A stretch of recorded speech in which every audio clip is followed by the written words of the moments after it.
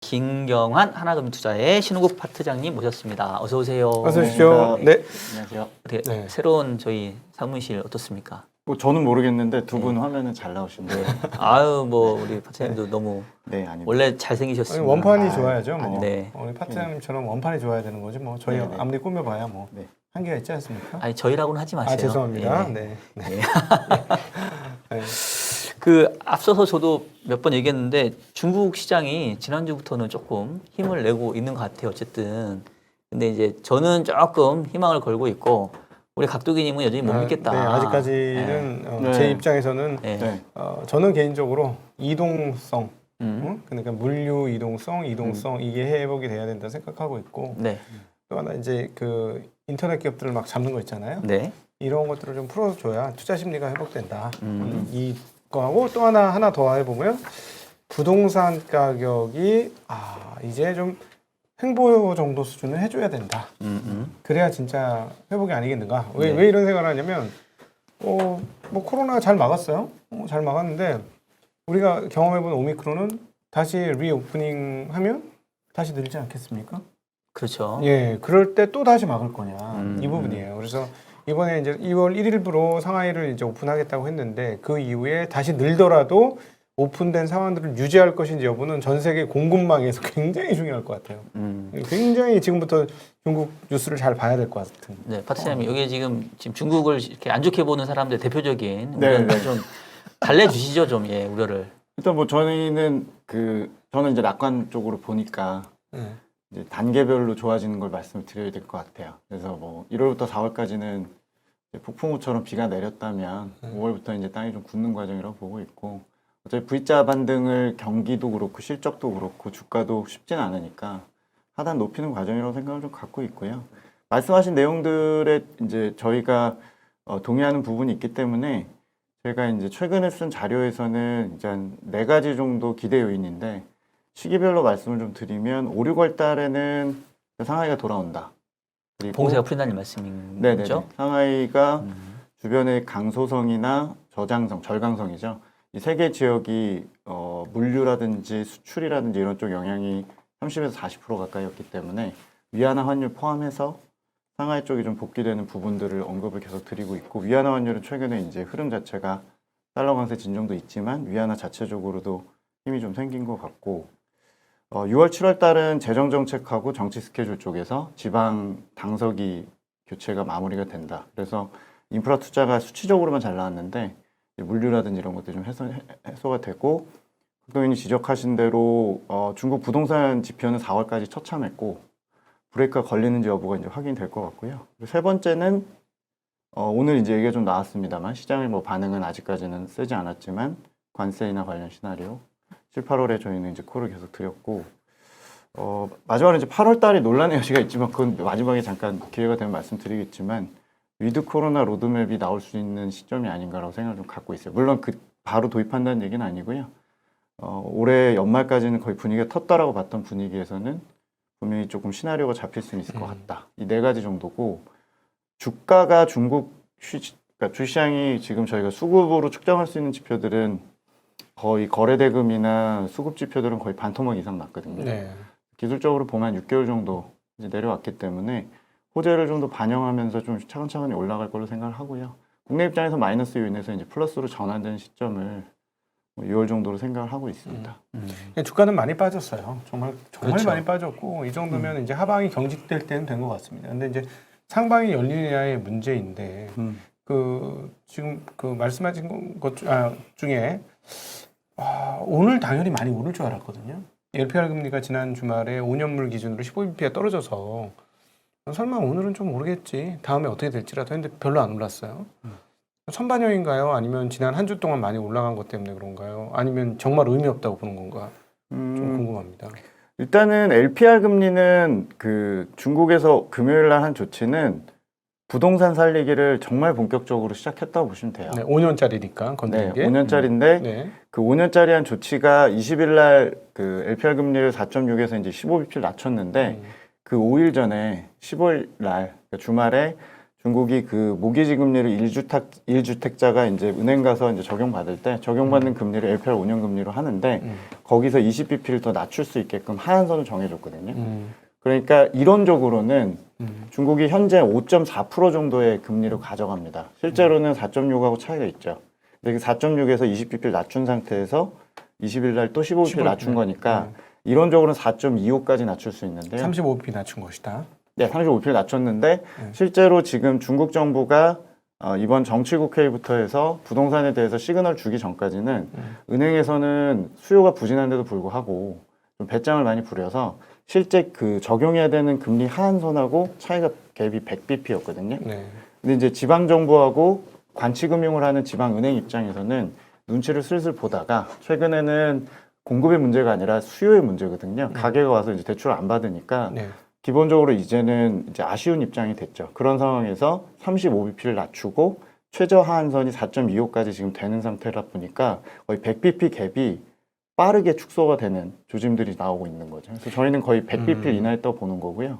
실제로 이번 주말에 한 5개 정도 도시가 그냥 바로 4.4로 그러니까 그 15bp 낮추기 전에 적용한 금리로 하한선까지 그냥 때려버린 거죠. 이 정도의 금리 인하면 중국에서 있었던 금리 인하 중에서 상당히 역대급 수준의 급한 금리 인하로 봐야 되지 않습니까? 그렇지 부동산 않습니다. 관련해서는. 그렇지 않고요. 실제로 과거에 LPR 금리가 적용되기 전에도 과거에 금리 낮출 때는 한 200에서 한 300pp까지 한 사이클에. 네. 근데 인하 사이클은 이제 시작됐다고 보시면 되는 거죠. 네. 네, 그러니까 한 차례로 많이 했다기보다는 길게 보셔야 되는데 과거에도 실제로 한번 낮추면 100bp 이상에서 한 200bp까지도 인하를 했기 때문에 네. 이번 조치가 끝은 아니로 보여집니다. 그럼 만약에 여기서 부동산 가격이 안정화가 되지 않는다. 계속 네. 지금 최근에 추세가 하락이었으니까요. 네. 이 추세가 안정이 되지 않는다 그러면 추가적으로 금리 인하를 할 것이다라고 열어놔야 된다는 말씀이시죠? 네, 그렇고 일단은 하락은 아닙니다.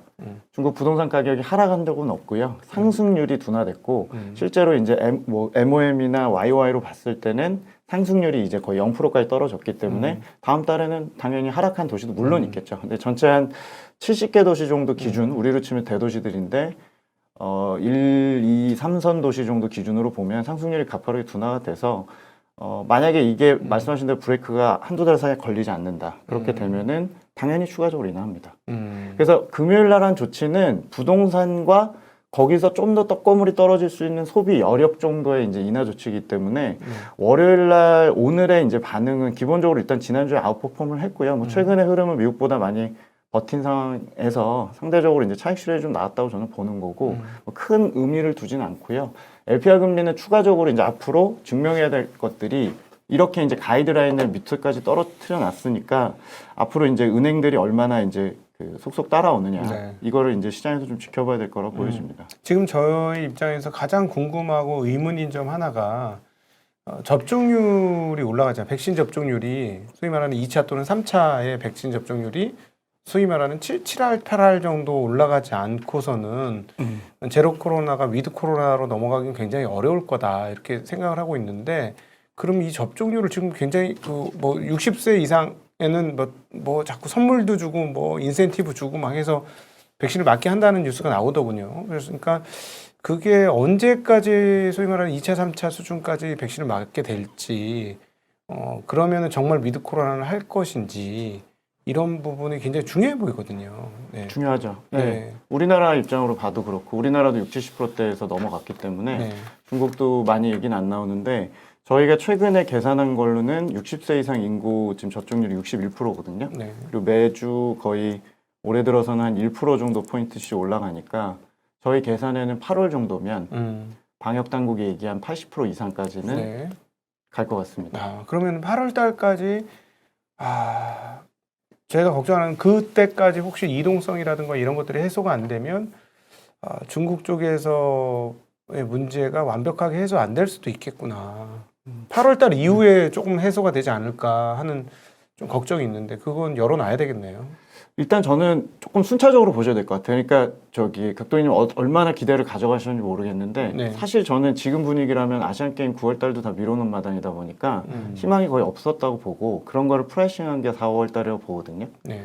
그러니까 이제 희망적인 거 어느 정도 보셨는지 모르겠지만 저는 일단은 1차 고비는 상하이가 1차 고비를 넘어가는 걸로 봐요. 오미크론이지만 네. 상하이는 두 번 다시 나오지 않는 거기 때문에 상하이 쪽에 물류라든지 수출이나 이런 쪽에 이제 주변까지 포함한 이 소위 말해 송권의 땅이었던 강남 지역이 마비됐었던 것들이 MOM, QOQ로 전화위로 이렇게 좋아지는 것들을 먼저 확인하는 것만 해도 V자로 올라오는 걸로 보이는 지표들이 6, 7월에 확인이 될 거거든요. 예를 들면 수출, 물류, 또 위안화 환율 전반적으로 보면 일단 그걸 먼저 확인을 저희가 해야 될 것 같고 8월 이후에 저희가 검증하자는 건 뭐냐면 제가 이제 매일 중국 뉴스를 보는 입장에서는 중국 방역 당국은 지금 막는 얘기만 하거든요. 네.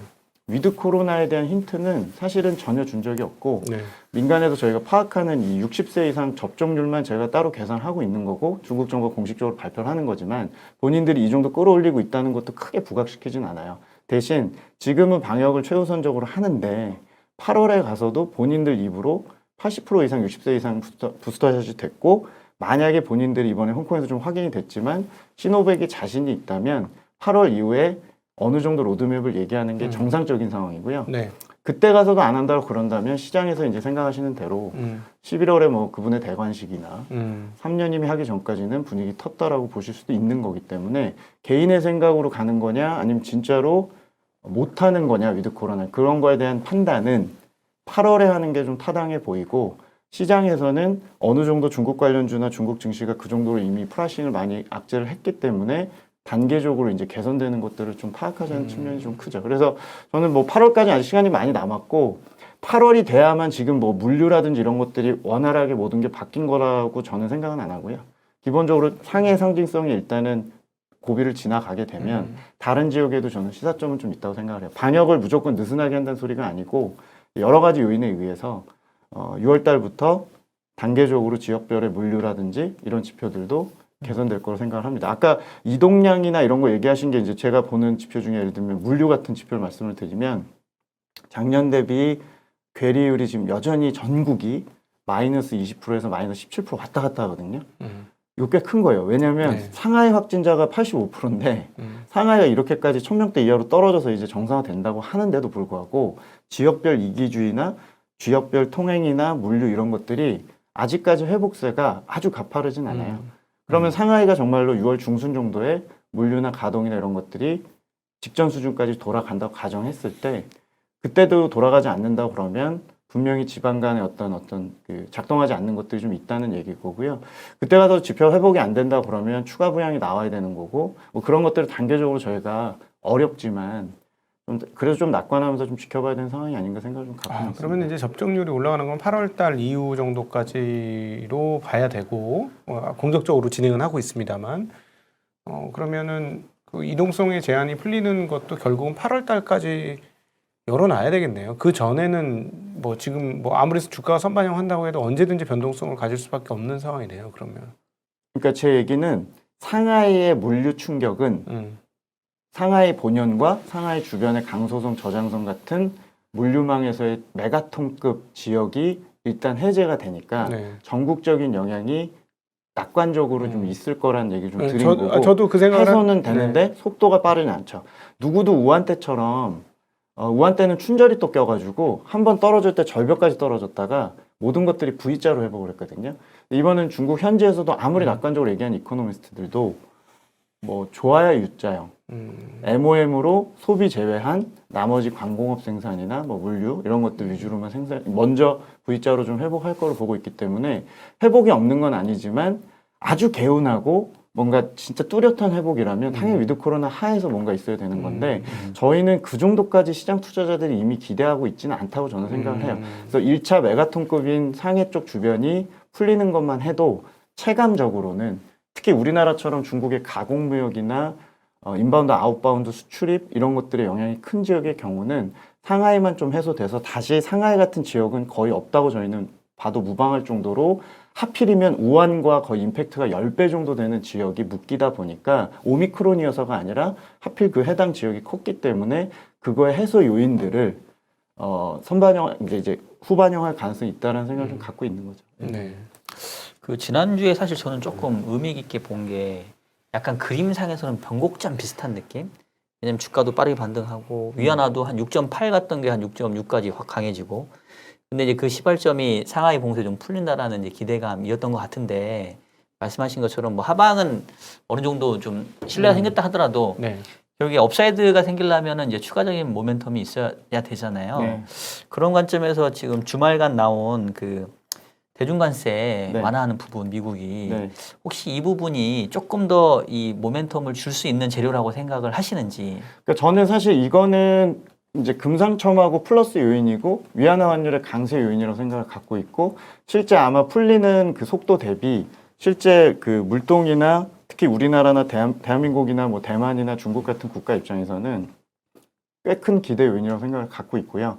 하지만 그래도 락다운 봉쇄 관련 충격이 빨리 회복되는 부분이 더 클 걸로 의미 있게 저는 봐요. 그거에 대해서는 관세는 이제 차후에 저희가 인플레이션 각도를 더 빠르게 떨어지게 하고 공급망 병목 측면에서의 가격 상승 요인들이 기대 요인으로 좀 작용할 수 있는 거죠. 왜냐하면 지금 탈글로벌화 상황을 완전 역행하는 혹은 궤도를 좀 이탈하는 모습으로 보여질 수 있기 때문에 불과 뭐 한시적으로 6개월 정도 바이든이 이번에 4년 만에 연장은 안 할게라고 하더라도 실제로 저는 임팩트 있다고 보고 기억해 보시면 2018년에 1월 달에 시장이 고점으로 계속 11월까지 부진했었는데 실제로 중국이 그때 당시에 3%에 불과했던 대중 그 평균 관세율이 24%까지 올라가면서 위안화 환율을 12% 정도 평가 절하해서 대응했거든요.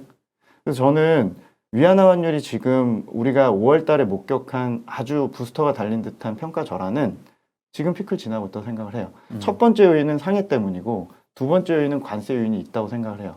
그러니까 그 상해 얘기 조금 더 드리면 아까 물류나 수출 쪽에 이런 충격이 제가 현지에서 확인해 봐도 우리가 상상하는 것 이상으로 컸기 때문에 기업들이 느낄 수 있는 재고가 바닥이 나고 이제 인바운드 아웃바운드 달러 결제 이런 것들이 안 되면서 완전 중단되면서 생길 수 있는 공황성 그런 달러 수급 막 찾기 이런 것들이 4월 20일 이후로 갑자기 절하됐잖아요. 그리고 원화도 1,300원까지 위협을 했고 그런 것들이 상해랑 딱 기가 막히게 떨어지는 거는 그런 요인이 컸다. 즉 중국이 3월까지 미중금리차 축소되고 실제로 우리가 다 아는 상황 속에서 잘 버텼었는데 4월 20일부터 무너진 거는 락다운이 맞다. 그래서 평가절하는 최정점은 지났다. 두 번째 그리고 관세는 아까 말씀드린 대로 저는 이게 자세히 말씀을 드리면 USTR에서 지금 조사하고 있는 게 3단계에 걸쳐서 하게 되는데요.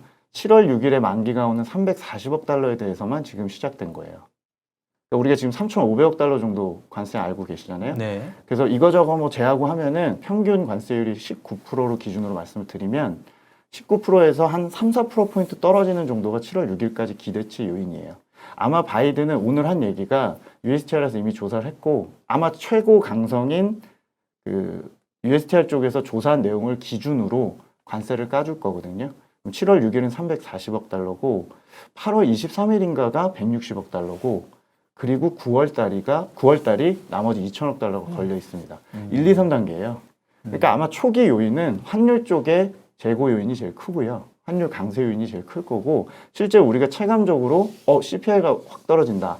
혹은 수출이 증대된다. 이런 효과까지 나오려면 9월달까지 3차에 걸쳐서 해야 되는 부분이 있죠. 근데 시장은 좀 빠르니까 그런 것들 분위기가 뭐 백악관 직권으로도 좀 할 수 있는 부분도 있고 해서 7월 정도면 말씀하신 그런 시장이나 환율에 굉장히 긍정적인 요인이 되지 않을까 좀 기대를 좀 하고 있습니다.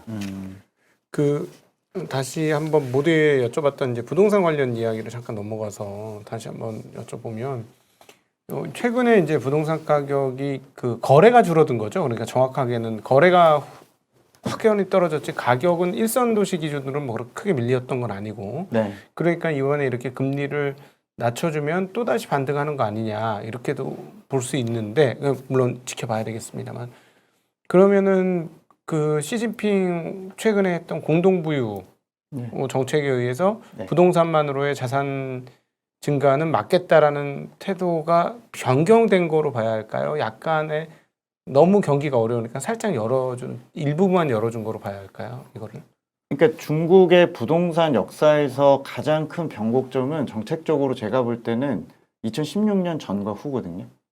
그러니까 2016년 전까지는 풀어줄 땐 화끈했고 부양이란 말이 걸맞을 정도로 했었고 규제할 땐 또 규제했었고 근데 이제 16년에 방주 불초라고 그래서 주택은 사는 데지 투기하는 데가 아니야라는 사자성어를 도입을 하면서 그때부터 소위 말해 조지기 시작을 합니다. 디벨로퍼 조졌고 수요도 중간중간 잠깐 푼 적은 있지만 2016년은 사실상 규제 일변도였다고 보시는 게 맞을 것 같아요.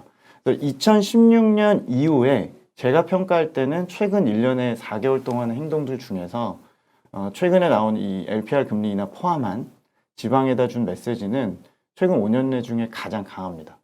그러니까 각도님이 얘기하신 정말로 풀어준 거냐, 공동부유의 기조까지 꺾은 거냐는 지금 증명할 길은 없어요. 네. 근데 확실한 건 지방정부 입장에서는 앞다투 지금 닥치고 뭔가를 지금 따질 때가 아니에요. 지금 상황으로 6개월이 더 간다고 가정을 하면은 재정도 박살나고요. 제가 볼 때는 사실 제가 4월 지표를 보면서 LPR 금리 그 결정하는 전날 야근을 하면서 자료를 쓰고 있는데 모든 지표를 다 뒤져봤는데 거래, 대출, 가격 관련 선행 지표, 또 개발 투자를 하고 있는 디벨로퍼들의 토지 매매라든지 선행 착공 모든 데이터가 16년, 15년 이래 최악입니다. 네. 정말 심각하거든요. 그러니까 제가 합리적으로 추정을 해보면 중앙은 여전히 조금 목을 좀 세우면서 공동부유 기조 하에 2016년 기조 하에 실수요 촉진만이야 라고 하고 있지만 이미 눈을 감았습니다. 이미 지방정부한테 그린라이트를 굉장히 세게 준 거고요.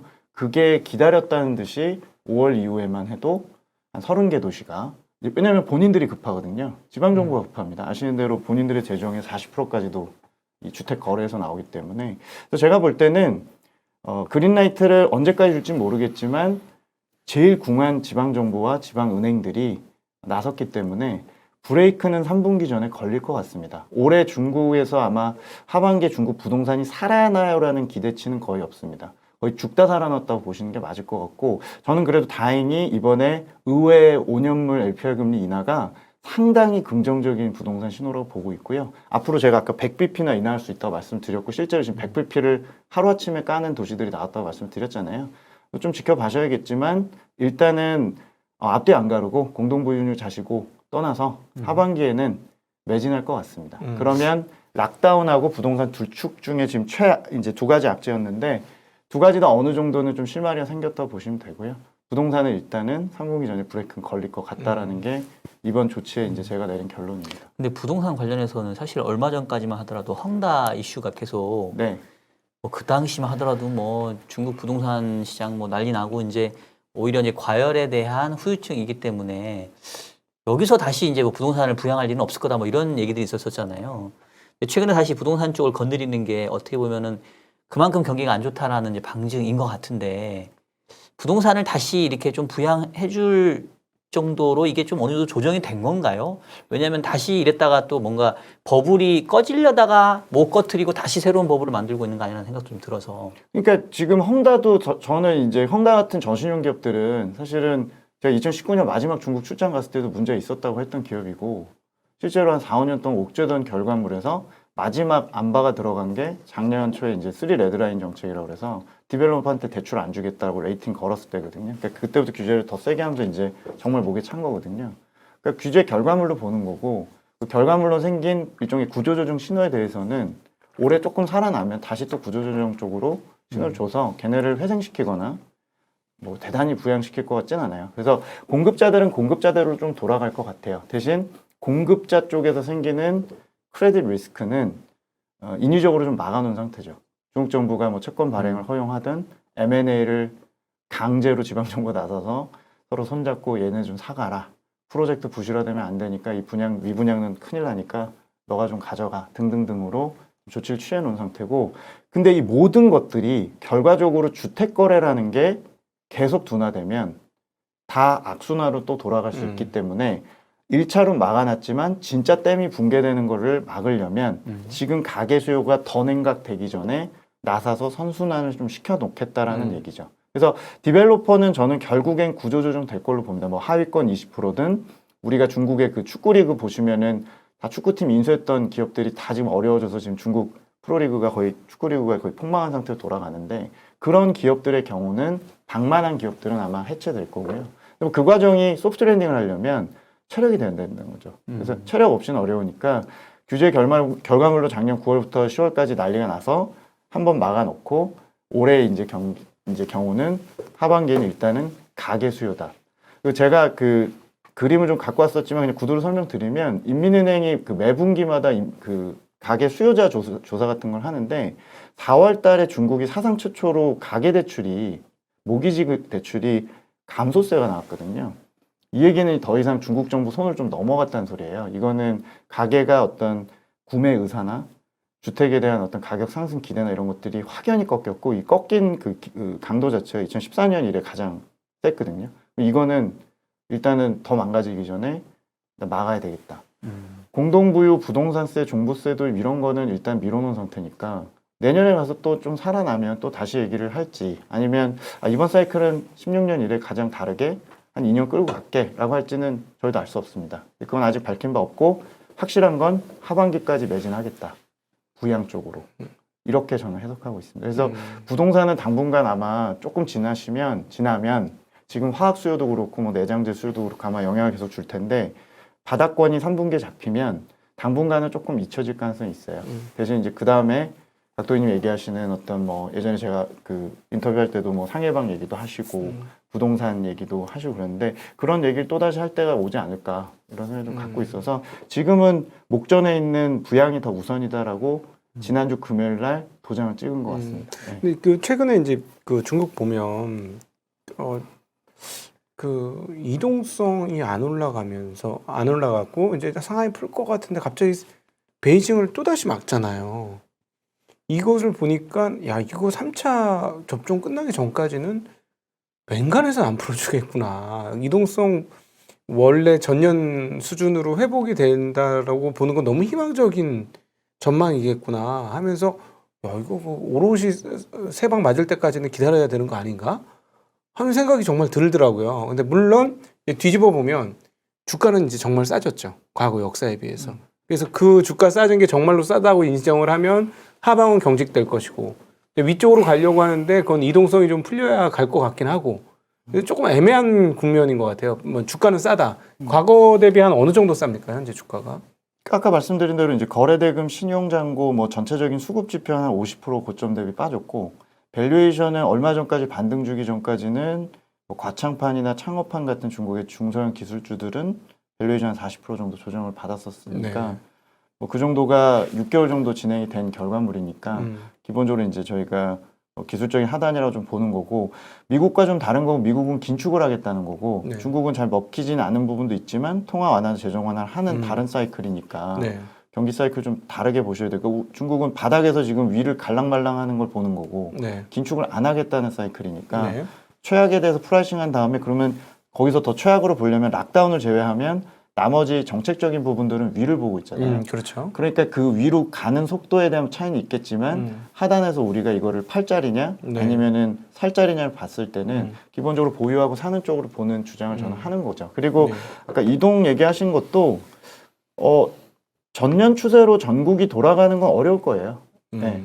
근데 이제 그거 이상으로 저는 빠졌다고 보는 거고 말씀하신 그 이동량이 정확히 뭔지 모르겠는데 이제 제 기준으로 물동량으로 말씀을 드리면 마이너스 20%대인데 마이너스 5%나 마이너스 10%대까지는 계속 저는 회복할 걸로 보거든요. 일단 상하 임팩트가 컸고 또 이제 반복이지만 그리고 나머지 지역들이 션전이나 광저우나 이제 이런 쪽에 임팩트가 큰 도시들이 일단 억제를 해놓은 상태니까 반영을 완화하기 전까지는 어쩔 수 없지만 계속 이런 식으로 궁여지책으로 갈 거니까 개선되는 부분도 저는 좀 보자는 게 저희 생각인 거죠. 그러니까 더 나빠질 걸 볼 거냐, 네. 아니면 올라올 만한 부분들이 있냐를 본다면은 지금까지 제가 볼 때는 개선되는 여지가 좀 크다는 거죠. 네. 근데 일단은 뭐 주가는 싸다는 건 인정이 돼요. 과거 대비 이제 평균 뭐 소위 말하는 멀티플 배수도 과거 대비 상당히 많이 떨어진 것 같긴 하고. 근데 이제 하나 했던 게 뭐냐면 그 1분기 이제 내일 모레도 뭐 실적이 나옵니다만 인터넷 기업 중에 몇몇들을 보니까 작년도 4, 4분기하고 올해 1, 4분기 보니까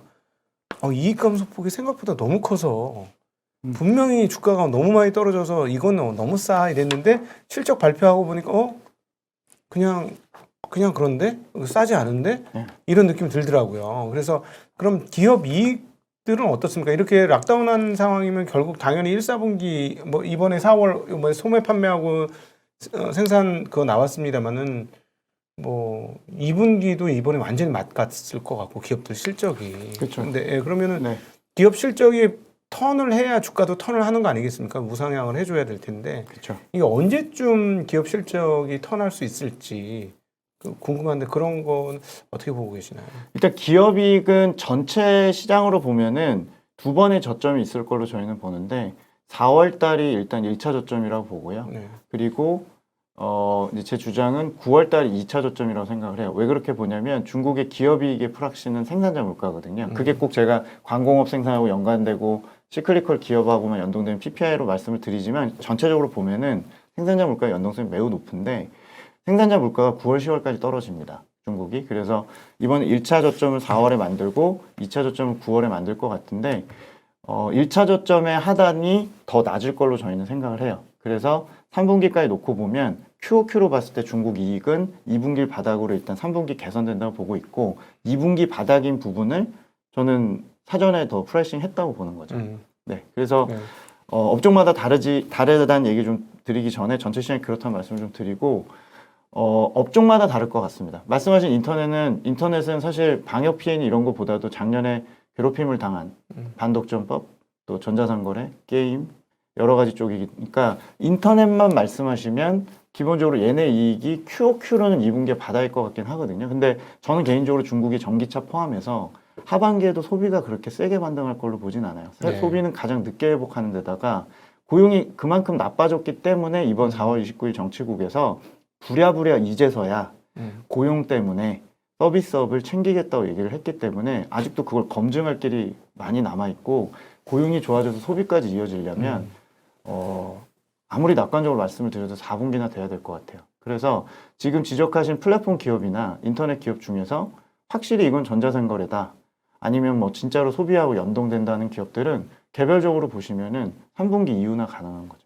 네. 근데 이제 인터넷은 무슨 논란이 있냐면 기본적으로 지금 저는 시장이 초과 유동성 상태라고 봐요. 돈은 부족하지 않다고 생각하거든요. 최근에 중국 콜금리나 시장금리 보시면은 어마어마하게 빠졌습니다. 이게 비단 제가 장기금리, 채권금리 말씀드리는 게 아니고 은행 차익금리가 엄청나게 내려갔고 저희가 이제 주로 초과 유동성, 그러니까 돈이 막 정말로 많냐를 볼 때 시장에서 PPI에서 이제 M1 같은 통화량 차감해서 보는데 한 4개월째 어마어마하게 반등했거든요. 이 얘기는 돈이 넘쳐서 EPS 추정치는 어느 정도 임계치까지 뭐 예를 들어 인플레이션이 더 생기거나 기본적으로 뭔가 락다운이 상하이 같은 지역이 더 생겨서 4월 어닝보다 더 내려가는 게 아니라면 기본적으로 거기까지 반영이 되면 그 다음은 이제 밸류에이션을 끌어올릴 가능성이 꽤 높아서 전형적으로 고 PER주였던 그런 인터넷, 일부 기술주 이런 것들은 계속 등락을 거듭하면서 기본적으로 멀티플을 올리려고 할 거예요. 그래서 일단은 당분간은 탄탄하지 않은 밸류에이션에 의한 상승 기조가 3분기까지 이어질 거고 저는 그거는 탄탄하지 않다고 보고 있기 때문에 제 최우선 추천은 아닙니다. 저는 인터넷에 대해서도 계속 홍콩 특히 한생테크 같은 것들 인터넷 기업들을 정말 계란 한 판처럼 모아놓은 것들은 아주 싸다고 볼 수는 없다라고 주장을 했고 기본적으로 계속 본토 위주로 또 본토의 뭐 인프라라든지 이런 걸 이제 주장을 한 거고 업종별 좀 희비는 차이가 있을 것 같고 전체 어닝은 4월이 바닥이 맞고 이제 꾸물꾸물 V자로 올라오느냐 U자냐 나이키자냐를 좀 저희가 확인할 뿐이고 더 내려갈 확률은 매우 낮다 이렇게 생각을 하면서 점진적으로 신중한 낙관을 좀 하고 있는 그런 상황입니다. 네, 알겠습니다. 아유, 또 이렇게 말씀을 나누다 보니까 또 준비했던 시간들이 좀 지나갔는데 우리 각도기님 아까 초반에 조금 못 믿겠다. 여전히 실망이 좀 크다 하셨는데 좀 더 한 가지 궁금하신 거 여쭤보시고 마무리하시죠. 아니 그러니까 도대체 이제 그 돈이 그 사회융자 총액으로 봐야 됩니까? 아니면은 유동성이 그렇게 넘친다는 걸 뭘로 확인을 해야 합니까? 제가 여기 그림 마지막 페이지 하나 띄워놨는데 혹시 그림 띄워주실 수 있나요? 네.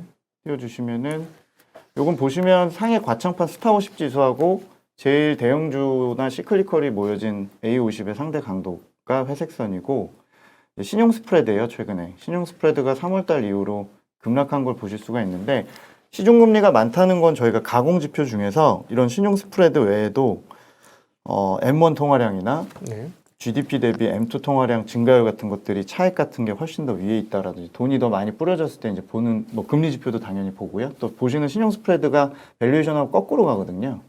근데 보시면 최근에 중국의 회사채 신용 스프레드가 상당히 내려와서 성장주가 오르기 되게 쉬운 기반을 좀 만들어 놓고 있어요. 그러니까 돈이 엄청나게 불려져 있는데 실물에서 지금 가져가는 애들이 없는 상태에서 지금 금융시장은 찰랑찰랑한 상태라는 걸 보여드리는 거고요. 보통 제가 이제 이 그림이 어떤 거랑 또 연동이 되냐면 CATL이 잔뜩 들어가 있는 차이넥스트 같은 이런 기술주 지수들이나 중국의 중소형 지수들이 상대적으로 이제 이 신용 스프레드 내려갈 때 상대적으로 반대로 밸류에이션이 올라가게 되고 전체적으로 금리라든지 이런 지표들도 상당히 지금 올라가 있죠. 그래서 내려가 있죠. 그래서 전체적으로 저희가 파악하고 있는 초과 유동성 상태는 한 2달째 굉장히 좀 여유롭다, 풍부하다 네. 이렇게 말씀드릴 수 한 있을 것 같아요. 가지만 좀 확인해서 네. 볼게요. 이 신용 스프레드가 지금 좁혀지는 모습인데 신용 스프레드라 하면은 이 회사채 금리에서 국채 무형금리 뺀 거잖아요. 네네. 그러면은 회사채 금리가 떨어져서 스프레드가 좁혀질 수도 있고 네. 회사채 금리는 상대적이죠. 거의 변화가 없는데 국채 금리가 올라서 좁혀지는 경우도 있거든요. 네네네. 지금 최근 상황은 어떤 케이스인 거죠? 최근에는 둘 다 떨어졌습니다. 둘 다 떨어지는데 네, 국채 금리도 많이 떨어졌고, 회사채 금리의 하락 속도가 더 빠르다. 네네네. 그럼 뭐 확실하게 그거는 네. 유동성이 풍부하다는 얘기니까. 네네. 그래서 푼 거는 엄청나게 풀어놨고, 기본적으로 금융시장은 역대급으로 어떤 수급적인 지표들이 다 빠진 상태고 그러다 보니까 네. 이제 외국인들 수급이나 이런 것보다는 로컬 투자자들이 어떤 선택을 하냐 되게 달려 있는데 지금 바닥권에서 일단은 매집을 좀 시작했거든요. 그래서 저는 이제 경험상 이렇게 중국 수급 지표가 더 나빠질 확률보다는 좋아질 확률이 있는데 호재를 계속 찾겠죠. 그 호재는 상해가 좋아지는 걸 수도 있고 상해 다음에 다음 더 큰 도시가 없다는 부분일 수도 있는 거고 제가 이제 오늘 말씀 못 드렸지만 재정 정책이 좋아지는 부분일 수도 있는 거고 그래서 저는 부동산도 마찬가지로 중국 시장에서 알 텐데 이게 정말로 나쁜 상황이기 때문에 이거에 대해서 들어올린 조치도 굉장히 강했다는 걸 시장이 인식을 좀 했거든요. 그리고 외국인도 좀 인식을 했고 그래서 저는 나빠질 부분보단 좀 좋아질 부분이 보이고 물론 그게 개운하지 않지만 한 3개월에 걸쳐서 진행될 거로 생각을 좀 갖고 있습니다. 네. 어떻게 뭐 좀 네. 궁금증이 풀리셨습니까? 네, 이제 뭐 유동성? 정리는 됐고요. 네. 돈은 많이 풀렸고 돈이 물꼬가 터지면 갈 수 있는데 제로 코로나가 물꼬를 좀 막고 있고 어떤 게 물꼬를 터뜨려 줄 수 있을 것인지가 앞으로 중국 시장에서 상당히 중요하겠다. 이렇게 머릿속은 정리가 됩니다. 네. 네. 알겠습니다. 또 오늘 이렇게 깔끔하게 정리되지 않은 각도기님의 머릿속까지도 정리해 주신 우리 정리는 안 되신 것 같긴 한데 나중에 제가 또 아니, 보완을 시켜드릴 일이 또 정리 안 되면 기회가 정말 안 됐다고 얘기하시는 네. 분이거든요. 네, 네. 이 정도 얘기하셨으면 네. 어느 정도 정리는 된 네. 걸로. 네. 알겠습니다. 뭐 저희가 또 그 주어져 있는 시간이 있으니까 그러면 오늘 이렇게 3부 순서는 마무리하도록 하겠고요. 우리 또 김경환 파투장님은 워낙 저희 단골 손님이니까 또 다음번에 일단은 오늘 또 좀 세게 얘기해 주셨는데 다음번에 어떤 말씀을 해주실지 또 기대해 보도록 하겠습니다. 네. 자, 지금까지 하나금융투자의 김경환 파트장님이셨습니다. 수고하셨습니다. 고맙습니다.